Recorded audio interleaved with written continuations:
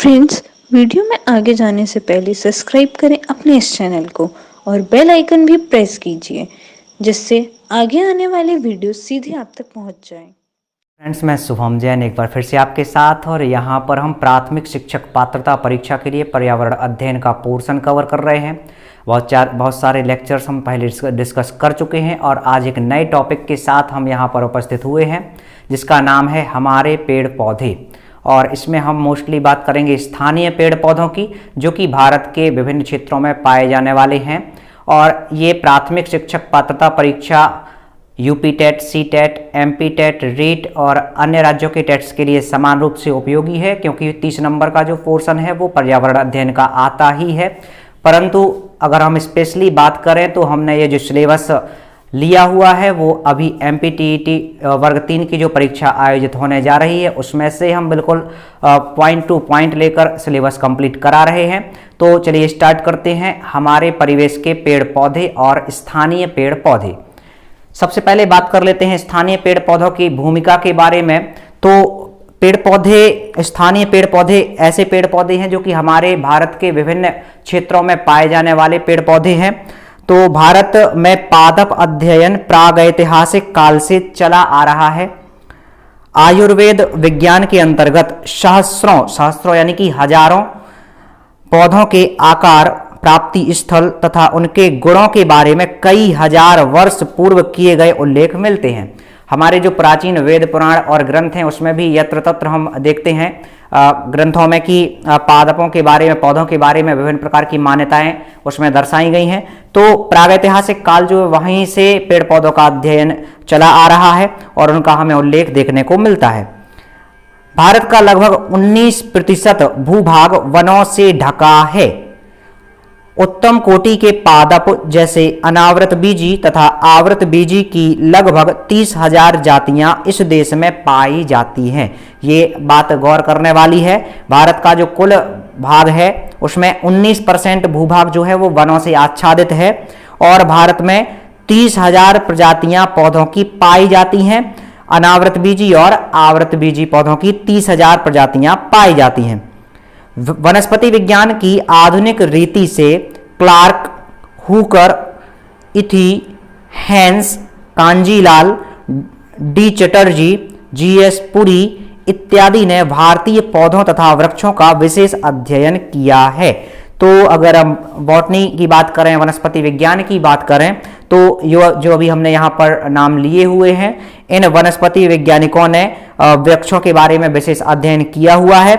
इसके अलावा वन के बारे में चैंपियन तथा ग्रिफिथ तथा जीएस पुरी ने अध्ययन किया हुआ है। तो वनों के बारे में इन तीनों वैज्ञानिकों ने विशेषकर अध्ययन किया हुआ है। इसके अलावा घास चारागाह के बारे में रंगनाथन, हवाइट तथा एन.एल. बोर ने अध्ययन किया हुआ है। औषधि में प्रयुक्त होने वाले पौधे तथा जहरीले पौधे के अध्ययन के लिए चोपड़ा, कीर्तिकर तथा वसु उल्लेखनीय हैं। तो अलग अलग भागों में बांटा गया है पौधों को। वनस्पति विज्ञान के अनुसार भी रखा गया है, वनों के आधार पर भी बांटा गया है, घास चारागाह के अंतर्गत भी बांटा गया है और औषधि में प्रयुक्त होने वाले जो पौधे हैं, इसके अलावा जहरीले पौधे भी होते हैं कुछ। तो इन सबका अलग अलग अध्ययन किया गया है वैज्ञानिकों के द्वारा। अब हम इनके क्षेत्रों के आधार पर वनस्पतियों का वर्गीकरण समझेंगे। तो वनस्पति के विस्तार तथा प्रकार के विचार से भारत को कई वानस्पतिक क्षेत्रों में विभाजित किया गया है। कितने भागों में विभाजित किया गया है? तो 7 भागों में विभाजित किया गया है वनस्पति को। सबसे पहला जो क्षेत्र है वो है पश्चिमी हिमालय, दूसरा है पूर्वी हिमालय, तीसरा है सिंध का मैदान, चौथा है गंगा का मैदान, पांचवा है असम क्षेत्र, छठा है मध्य भारत तथा दक्कन और 7वां जो क्षेत्र है वो है मलाबार। तो इन 7 क्षेत्रों में वनस्पतियों को बांटा गया है। अब हम बारी बारी से सभी का डिटेल से अध्ययन करने वाले हैं। तो इसके अतिरिक्त अंडमान निकोबार द्वीप समूह भी एक अलग वनस्पति क्षेत्र है। जो 7 क्षेत्र हैं उनसे एक अलग और क्षेत्र है जिसका नाम है अंडमान निकोबार द्वीप समूह। सबसे पहले हम बात करने वाले हैं पश्चिमी हिमालय की। तो पश्चिमी हिमालय के अंतर्गत हिमालय पर्वत पर पौधों के प्रकार ऊंचाई के हिसाब से बदलते जाते हैं। जिस तरह से ऊंचाई बढ़ती जाती है उस तरह जो पौधे हैं उनका विस्तार अलग अलग प्रकार से हमें देखने को मिलता है।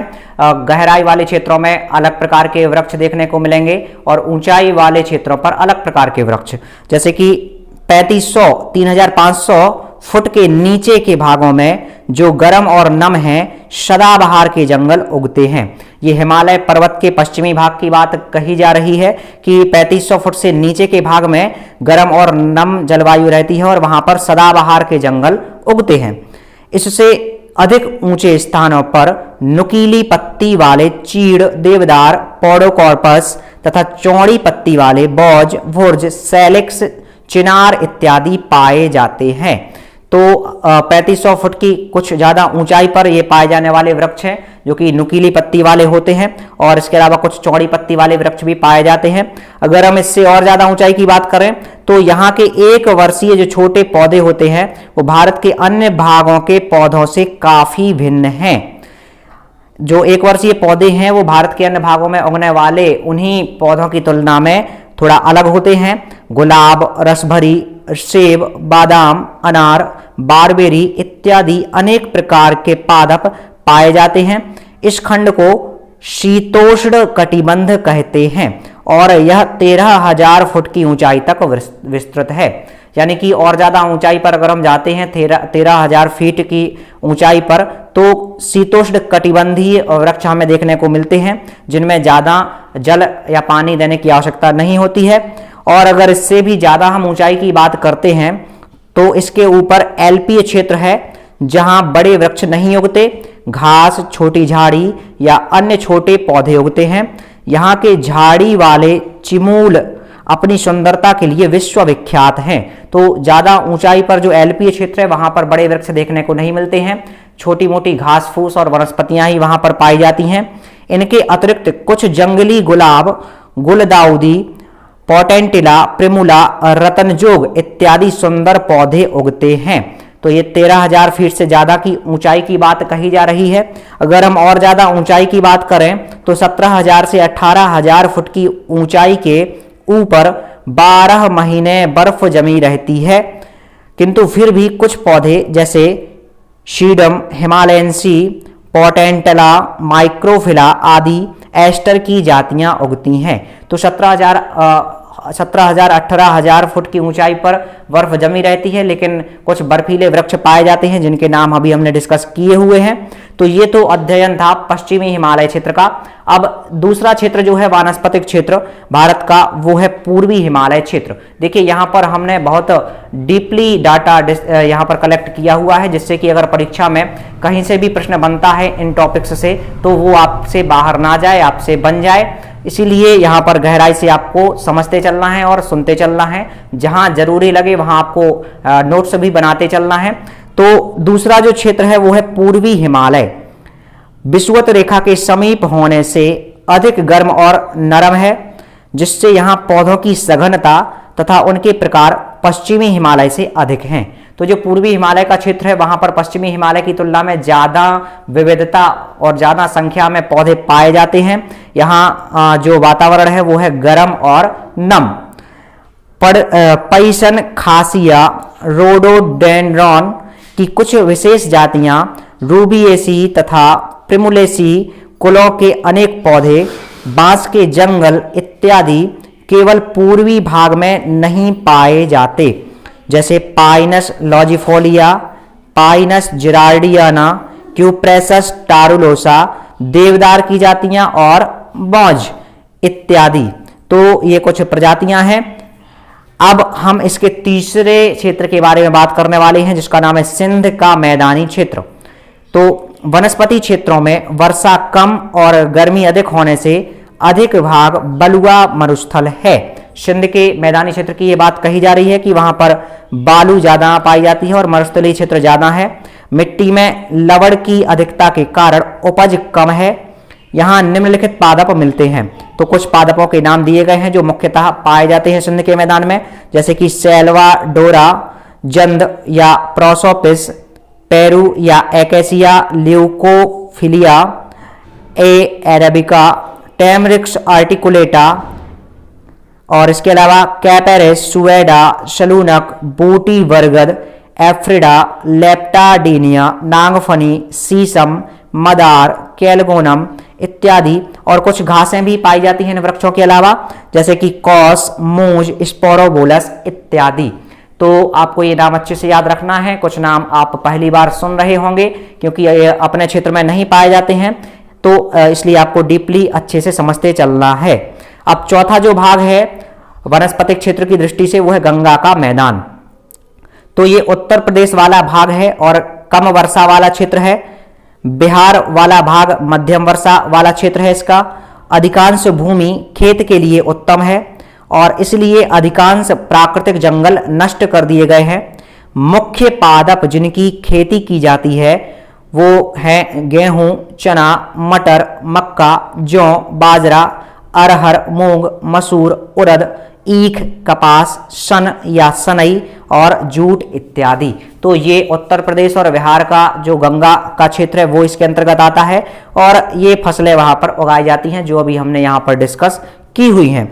और इसके अलावा बाग वाटिकाओं में फल के वृक्ष जैसे कि आम, इमली, अमरूद लगाए जाते हैं। वनों में ऊंचे बड़े वृक्ष स्वतः उगते हैं जिनके नाम निम्न प्रकार हैं।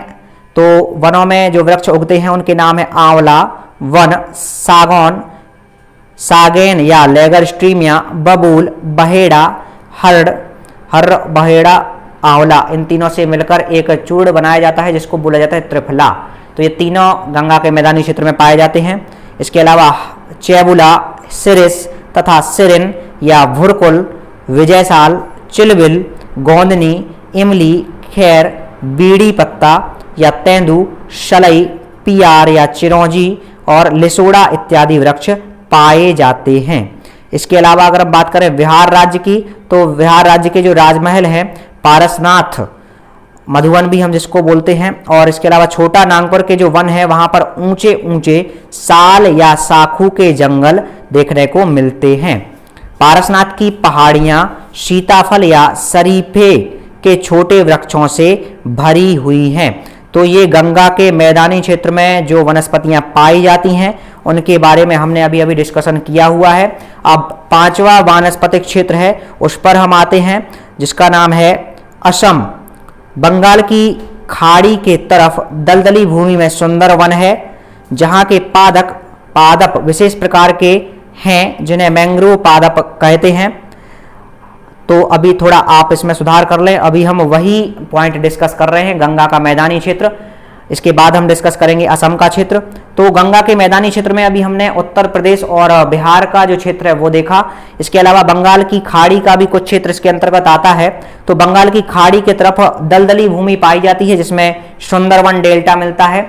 ये जो दलदली भूमि होती है उसमें दलदल ज्यादा होता है और वहां जो पौधे उगते हैं उनको मैंग्रोव पादप बोला जाता है। ये नाम आपने सुना हुआ होगा। तो आपको ध्यान रखना है कि दलदली भूमि जो होती है वहां पर जो पौधे उगते हैं उनको मैंग्रोव पादप बोला जाता है, या उसको हम और भी नामों से जानते हैं जैसे कि लवणोद्भिद पौधे भी उनको बोला जाता है और मैंग्रोव पादप भी बोला जाता है। तो ये कुछ नाम हैं जो कि दलदली भूमि पर उगते हैं। थैलोपाइट्स भी हम उनको बोलते हैं।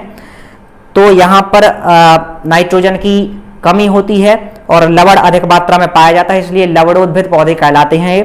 और यहाँ पर जो पौधे पाए जाते हैं वो है नारियल, बेंत, ब्रूगेरा, एवेसेनिया, एकैंथस, इलिसिफोलियस, सीरियोप्स, हिरिटीरा इत्यादि पौधे यहाँ पर पाए जाते हैं जिनको हम मैंग्रोव पादप कहते हैं। इसके बाद जो पांचवा क्षेत्र है वानस्पतिक क्षेत्र वो है असम।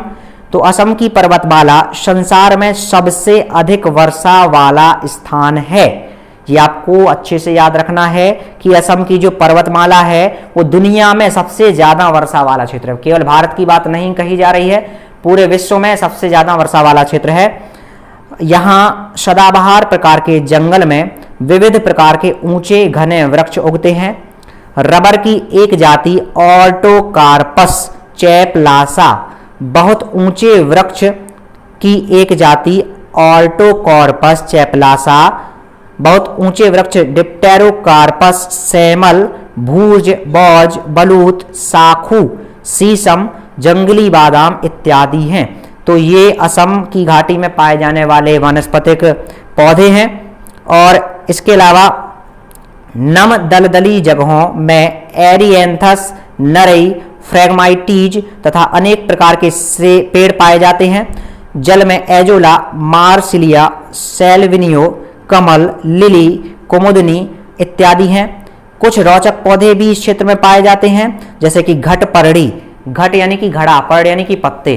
तो ये एक कीटभक्षी पौधा है जिसमें घड़े के समान या कलश पादप भी बोलते हैं हम इसको, कलश के समान एक संरचना पाई जाती है और उसमें ढक्कन लगा होता है, वो खुला रहता है। जैसे कि कोई भी कीट आता है आकर्षित होकर और उस पर बैठता है तो वो ढक्कन बंद हो जाता है और वो कीट भक्षण कर लिया जाता है इस पौधे के द्वारा, जिसका नाम है घट परड़ी या कलश पादप।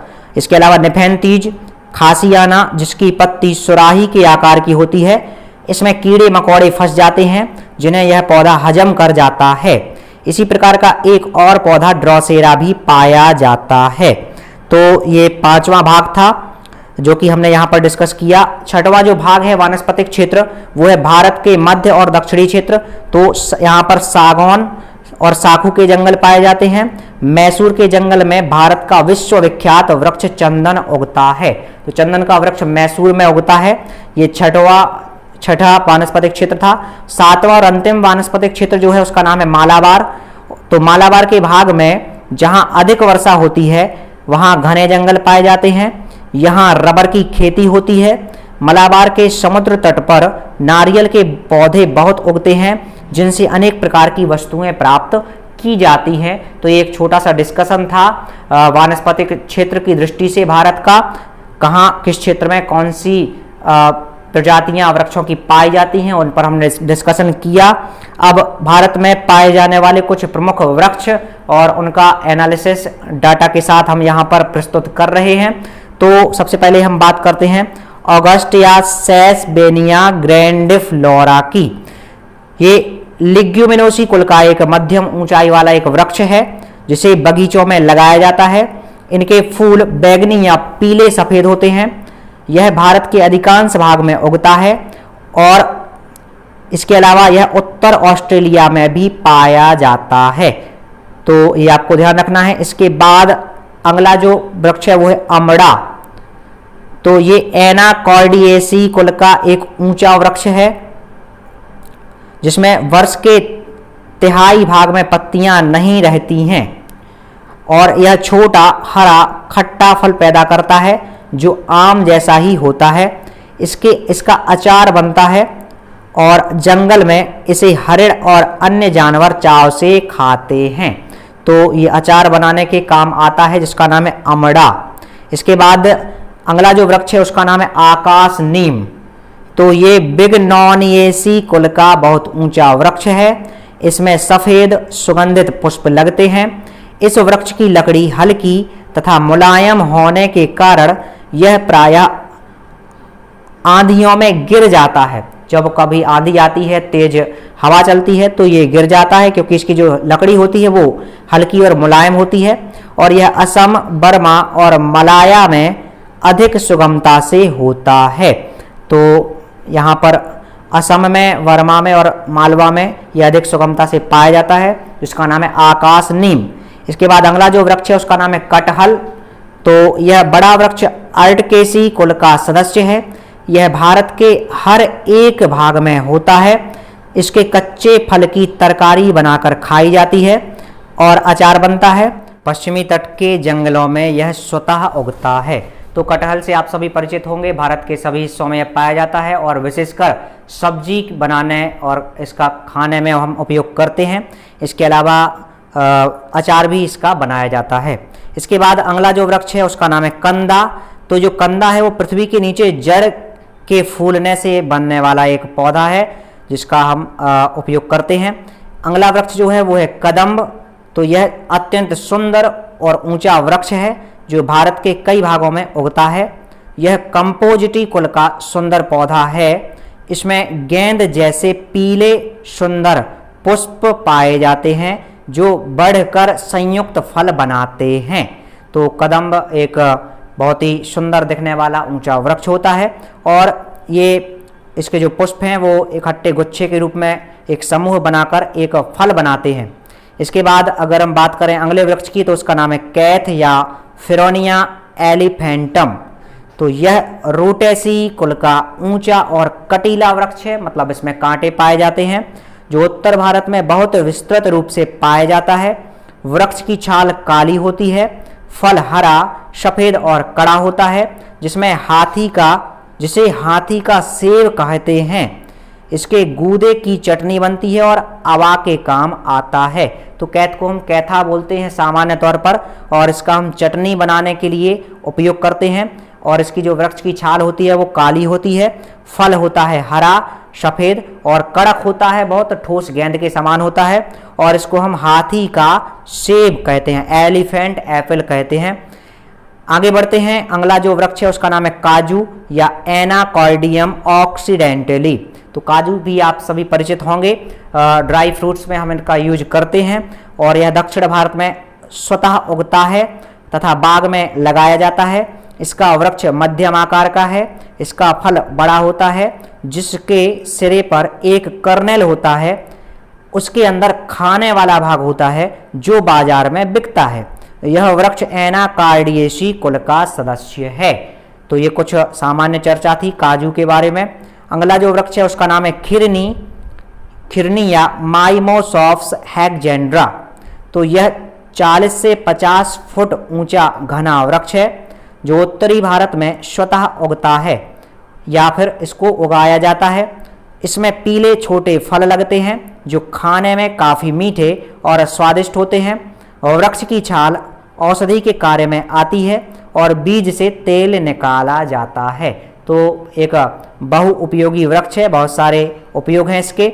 छाल का औषधि के रूप में प्रयोग किया जाता है और बीज से तेल निकाला जाता है, और फलों का उपयोग खाने के रूप में किया जाता है। इसके बाद चिरौंजी या पियाल या फिर इसको हम बोलते हैं कुकनोनिया लेंजोन। तो यह एनाकॉर्डियेसी कुल का जंगली वृक्ष है और यह उत्तर भारत के मिर्जापुर के जंगलों में स्वतः उगता है। इसका फल, जिसे जंगली लौंग पियाल कहते हैं, ये खाया जाता है। बीज को तोड़कर चिरौंजी निकाली जाती है। यह बीज बहुत पौष्टिक होता है। तो बहुत छोटे आकार का होता है ये चिरौंजी, और इसका बीज जो है उसको हम तोड़कर निकालते हैं, अंदर फोड़ा जाता है इसको, तब ये बीज निकलता है, और बहुत ज़्यादा स्वादिष्ट भी होता है और पौष्टिक भी होता है। अगला वृक्ष जामुन या इसी को हम बोलते हैं यूजिनिया जाम्बोलाना। तो यह 30 से 40 फुट ऊंचा वृक्ष भारत के अनेक भागों में उगता है। इसमें चौड़ी मोटी पत्ती और सफ़ेद पर काली चिप्पड़ जैसी छाल तथा पका हुआ काला या लाल फल होता है। आप सभी परिचित होंगे जामुन से। इसकी अनेक जंगली जातियां पाई जाती हैं, जिनका फल छोटा, कसेला और लाल होता है, परंतु बाग में लगाए जाने वाले वृक्ष में काले बड़े रस भरे फल लगते हैं। फल से सिरका भी बनाया जाता है। अधिकांश फल खाए जाते हैं और फल गर्मी के अंत तथा बरसात के शुरुआत में पकते हैं। इसके बाद जो अगला वृक्ष है उसका नाम है झाऊ।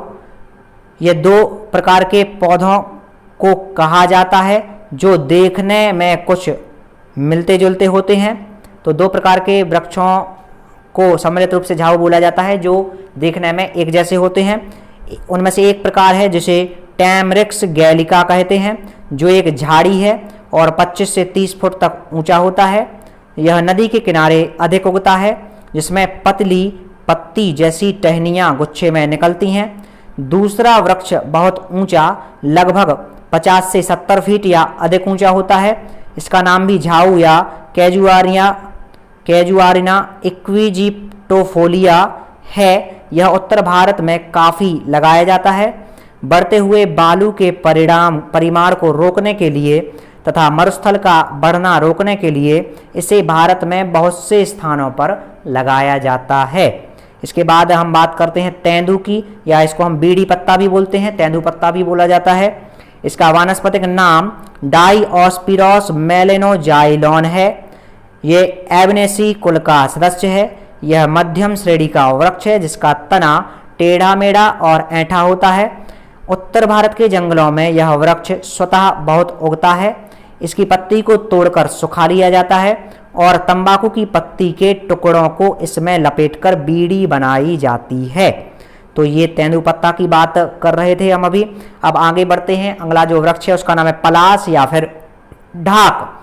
तो ये एक बहुत ही सुंदर वृक्ष होता है, जंगलों में पाया जाता है और आग के समान चमकदार दिखाई देता है अगर जब इसमें हम पुष्प देखते हैं तो इसका वानस्पतिक नाम है ब्यूटिया मोनोस्पर्मा और यह लिग्युमिनोसी कुल का एक लघु वृक्ष है जो भारत में मैदानी जंगलों में उगता है।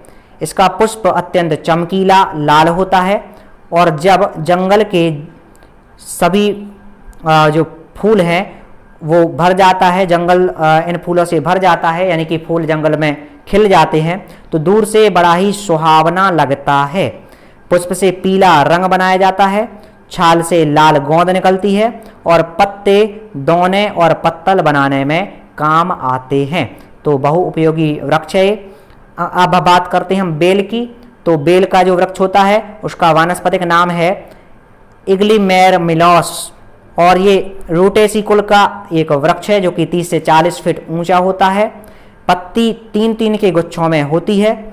फल बड़ा होता है, गोल होता है और कड़ा होता है। जिस प्रकार से कैथा होता है उसी आकृति का ये बेल का फल होता है और अंदर इसमें गूदा पाया जाता है जो कि स्वादिष्ट और मीठा होता है और पौष्टिक भी होता है। इसका जूस निकालकर बेल का जूस भी पिया जाता है जो कि शरीर के लिए स्वास्थ्यवर्धक होता है।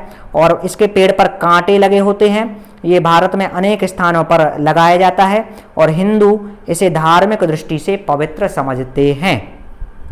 इसके बाद हम बात करते हैं बबूल की। तो इसका वानस्पतिक नाम है एकेसिया अरेबिका और यह मध्यम वर्ग का कांटेदार वृक्ष है जो बालुई जमीन में नदी के किनारे अधिक उगता है और इसकी छाल से निकला गोंद बहुत अच्छा होता है। लकड़ी मजबूत होती है और बैलगाड़ी बनाने के काम आती है। उत्तर भारत में यह हर जगह उगता है। सैपोटेसी कुल का यह पौधा 30 से 40 फुट ऊंचा होता है। इसकी लकड़ी जलाने के काम आती है और पत्तों से दोना पत्तल बनाए जाते हैं।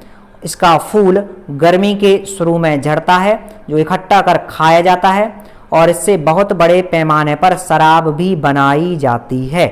तो ये कुछ महत्वपूर्ण जानकारी थी बबूल से संबंधित। इसके बाद अगला जो वृक्ष है उसका नाम है मदार। इसका वानस्पतिक नाम है कैलोट्रोपिस और इसकी कई जातियां भारत में पाई जाती हैं। यह एस्क्लीपीडिएसी कुल